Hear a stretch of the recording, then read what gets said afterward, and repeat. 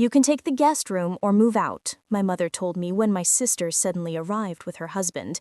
Great if you're out by the weekend, my sister added cheerfully. I moved out, but days later her smug smile disappeared. Panic took over. She's lying. Mom, tell me she's lying. My name is Violet. I'm 28 years old, and for the past 5 years, I've lived with my mother in the house my father rebuilt just before he died. Dad passed away suddenly, heart failure. The house wasn't even fully decorated yet. One week we were picking out kitchen tiles together. The next, I was sitting beside my mom as she stared blankly at the wall, barely able to get out of bed. We held the funeral on a rainy Friday. Josie, my younger sister, flew in wearing designer sunglasses and a silk scarf, cried dramatically, and left by Sunday morning. I stayed. I stayed because someone had to.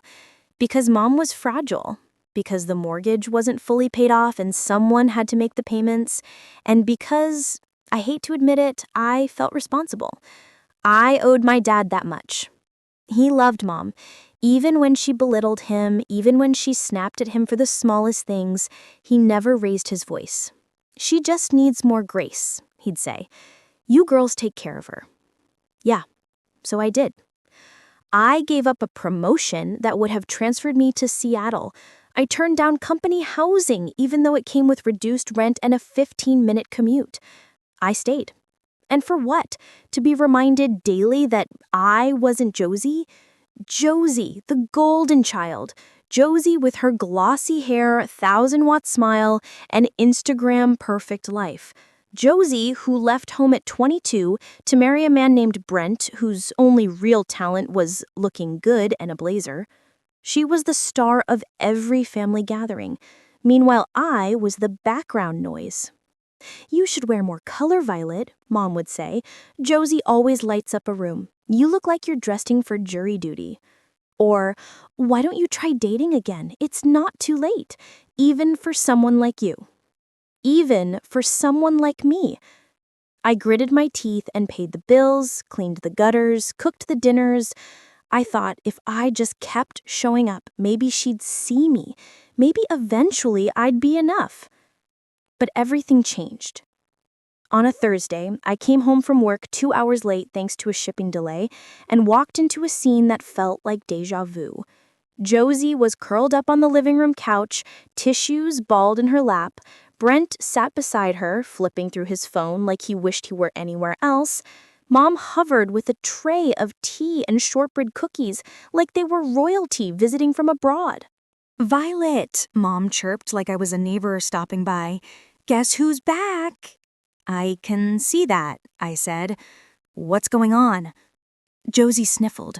"Brent lost his job. The company downsized and cut his entire department." Brent didn't look up. "We're behind on rent," Josie continued. "Our landlord gave us 2 weeks to vacate." "And we don't have anywhere to go," Mom added quickly, already wrapping an arm around her. "So they're moving in." "Wait, what?" "They need help, Violet. They're family." "So am I said slowly. "I live here." "You'll figure it out. You're good at that."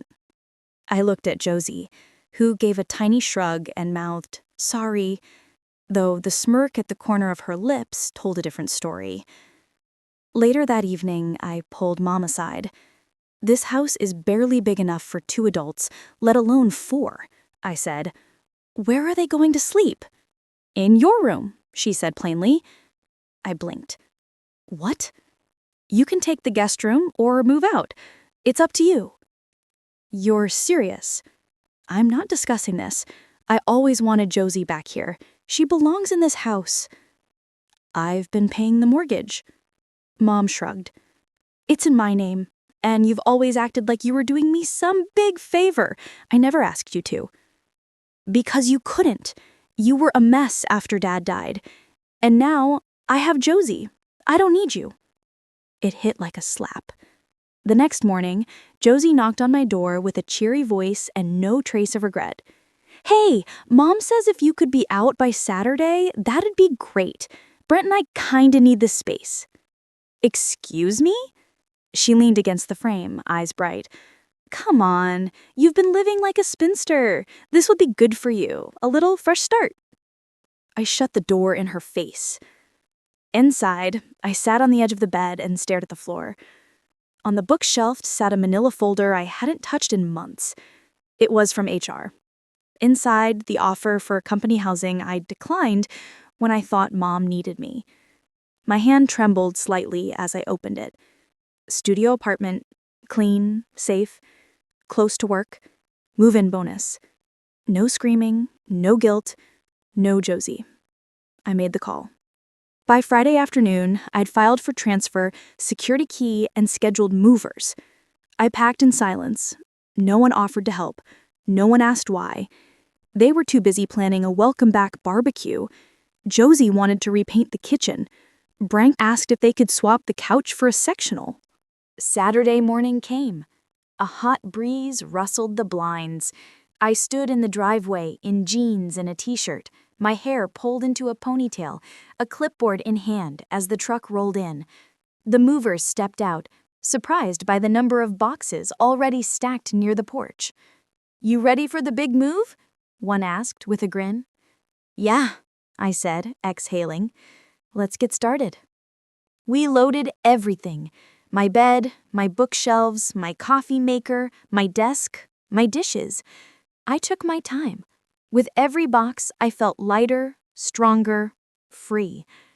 By early afternoon, we were almost done. One of the movers paused by the door, glanced around at the now empty room, and raised an eyebrow. "You're really taking everything?" I smiled, calm, unapologetic. "Yes," I said. Everything. By the time the truck pulled away, the house I'd once called home looked hollow. No TV, no coffee table, no dining chairs, no framed prints, just dust outlines on the floor where my furniture used to be. Everything I'd bought over the years was mine, purchased with my paycheck, delivered on my days off, assembled by hand. So, yes, I took it. All of it. When I turned in the keys to the staff housing office later that afternoon, I almost couldn't believe it. The studio apartment was small, but bright, quiet, clean. The fridge didn't hum ominously. The water pressure was perfect. I didn't have to fight over the bathroom schedule. I sat on the mattress and exhaled for what felt like the first time in months. That night, I ignored the buzzing of my phone. Missed calls, voicemails, messages from Mom, then Josie, then Brent. Most of them were angry. A few were confused. But I didn't listen. I turned my phone off, made tea, and watched the city lights from my tiny balcony. By Monday, they'd shown up at my job. The front desk called down, "Violet, your mom's here. And your sister?" I almost laughed. I hadn't even given them the address. I stayed in the loading bay until they left. I wasn't going to give them the satisfaction of a confrontation on my turf. That evening, on my way home, I decided to swing by the house. I figured they'd be waiting, and I was right. The porch light was on, but the living room was dark. I knocked once before letting myself in with the spare key I hadn't returned. Mom and Josie were in the kitchen, arms crossed, expressions thunderous. Mom didn't waste time. "What the hell did you do?" "What are you talking about?" I said calmly. "You cleaned the place out. There's nothing left. No fridge, no table, not even the toaster." "That was mine. I bought it, like I bought everything else." Josie stepped forward, brows furrowed. "You can't just take things without permission." "I didn't," I replied. "You assumed they were yours. That doesn't make it true." "We didn't think you'd take literally everything," Mom snapped. I opened my hands. "What exactly did you expect?" "The house feels like a shell. It's depressing," Josie said quietly. I raised an eyebrow. "Oh, I'm sorry. Is the house I paid for not comfortable enough without my things?" Josie's eyes narrowed. What about the bank account? I blinked. What? The joint account. Dad's insurance money was deposited there, remember? I checked yesterday. There's nothing left. I let out a soft breath, already seeing where this was going. That money was gone a long time ago, I said. I've been covering the mortgage on my own for the past 4 years. Josie froze. No, there was a ton left. I saw it once, like $40,000. That wasn't insurance money. That was me saving portions of my paycheck. That's what I used to supplement the mortgage and utilities. No way, Josie muttered. I tilted my head. Why does it matter? You're not on the deed. It's not your house. Mom's expression flickered. First surprise, then panic. Josie turned sharply to her. Is she lying? Mom said nothing. Mother? Josie said more firmly. Tell me she's lying. Josie, let's talk later. Tell me. Mom looked away. Josie's hands clenched into fists. You told me the insurance payout was still sitting there, that if we came back, we'd be okay, that we could use it to get back on our feet. I looked between them, stunned. You came back for money? Josie rounded on me, all pretense gone. You think we moved in for family bonding? Brent and I are drowning in debt. He got fired 2 months ago. We've been maxing out credit cards. You think I actually wanted to sleep in my childhood bed again? Mom tried to interject. She didn't mean it like, yes, I did, Josie shouted. I meant every word. I wouldn't be here if you hadn't promised there was money. Mom's face turned pale. And you, Josie growled, pointing at me, took every last thing in that house and left us with a pile of empty promises. I crossed my arms. No, I left you with exactly what you gave me. Nothing. Josie's lips trembled. The insurance money was supposed to be shared. You mean we wouldn't be in this mess if you hadn't emptied the house? We wouldn't be in this mess if you hadn't banked your entire future on a lie. Josie turned back to Mom, eyes wide with rage. You said it was still there? Mom's voice was barely audible. I thought we'd figure it out later. Later? That's all you ever say. Later, soon, eventually. You told me to come home. You said we'd be fine. Because I missed you, Mom whispered. No, you missed having someone to dote on, someone who made you feel important. You never cared about what I needed. I watched as they unraveling each other. Josie pacing, Mom stammering, both of them realizing the same thing at the same time. There was no plan, only delusion. Brent hadn't come home since the fight the day before. Josie had maxed out her 3rd credit card. Mom had no savings. The house still had 6 years left on the mortgage, and the only person who'd been paying it, me, was gone. Suddenly, Josie's voice dropped to a whisper, a terrifying, desperate whisper. You said we could use that money to start over. There is no money, I said flatly, and there hasn't been for years. Josie's face crumpled. She looked like a child realizing Christmas was fake. What about the file folder? Dad's paperwork? Gone.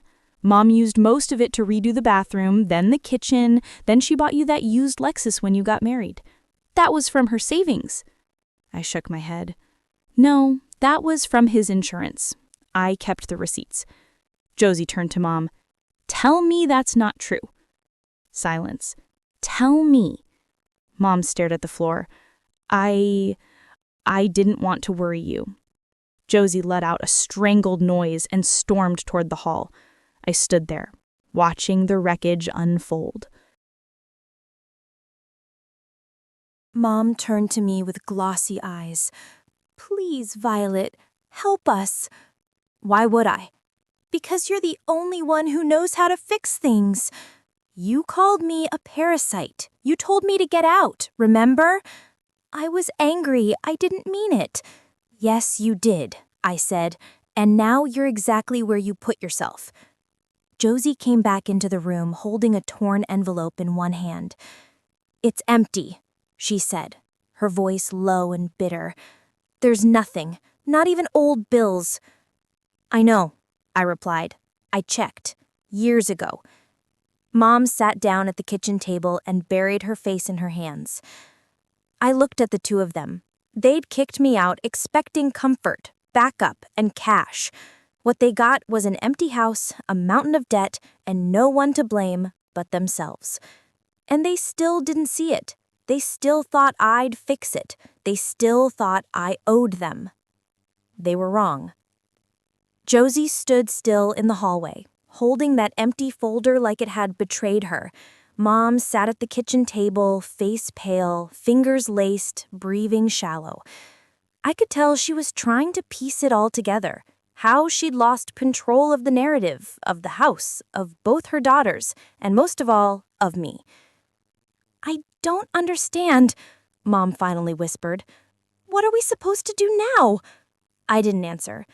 I mean, the mortgage, the bills, the food. We don't even have a blender anymore or a microwave. That was mine. All of it was mine. You could have left something. You left me with nothing. Just memories of being reminded I was second best. Just years of pretending I didn't hear you call me dull or plain or a burden. Josie spun toward her. And you told me there'd be money. You said Dad left enough for a second start, that we could pay off the cards, that Brent and I could... You lied to us. I added, both of us. But the difference is I stopped believing you years ago. Mom's mouth opened and closed, but nothing came out. I took a deep breath and reached into my tote.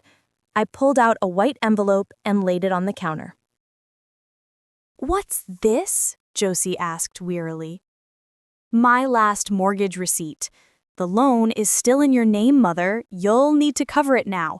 6 more years. Fixed rate. Monthly payments aren't bad, unless you're unemployed and broke. I guess you can't expect us to pay this, Josie snapped. I don't expect anything. I'm done expecting. I just wanted to leave you the facts. Since fantasy hasn't worked out so well. Josie gritted her teeth. You're heartless. I turned to her. You came back for money, Josie. Not for Mom, not for love, not even out of desperation.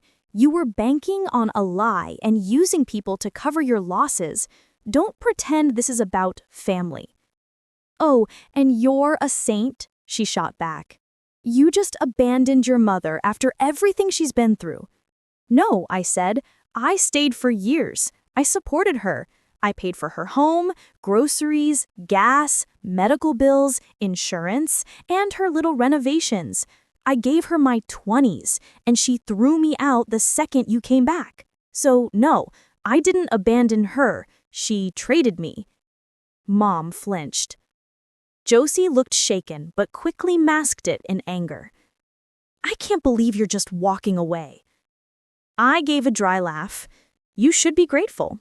I could have emptied the savings account before I left, but I didn't, because unlike both of you, I still had an ounce of decency left. You're cruel, Mom whispered. No, I'm free. I turned and headed for the door. Behind me, Josie snapped. Well, good. We don't need you. I'll figure something out. Brent's talking to a guy about a job. I'm sure he is, I said without looking back. Gambling's a tough industry to break into. Josie cursed under her breath. I stopped at the threshold, hand on the doorknob. Take care of each other, I said. You wanted her, Mother. Now live with her. And I walked out. The door clicked behind me with a weight that felt symbolic, like years of pain and pressure sealing themselves off for good. It's been 4 weeks since that day. I haven't heard from them, not directly, but I did hear from a former neighbor that the house went on the market. Apparently, it sat for 2 weeks before someone lowballed them, and they had to accept. Last I checked, they'd moved into a small one-bedroom apartment across town. Josie works part-time at a bakery. Mom apparently is doing admin at a dentist office. Brent never got that job. I'd be lying if I said it didn't feel satisfying. But more than that, it feels quiet. My new apartment is still modest, but it's mine. The furniture is mismatched but cozy. I cook what I want, watch whatever I feel like, sleep through the night without hearing slammed cabinet doors or whispered insults behind walls. My manager offered me a lead position last week. I said yes. This morning, I stopped by a cafe I used to avoid because Mom called it pretentious. I brought a book. I drank my cappuccino in peace. I caught myself smiling for no reason at all. And I realized something. They kicked me out thinking I was disposable, a placeholder, a parasite. But in the end, I was the only thing holding everything together. Now they have each other. And I have everything else. Freedom, solitude, stability, and finally, the life I chose.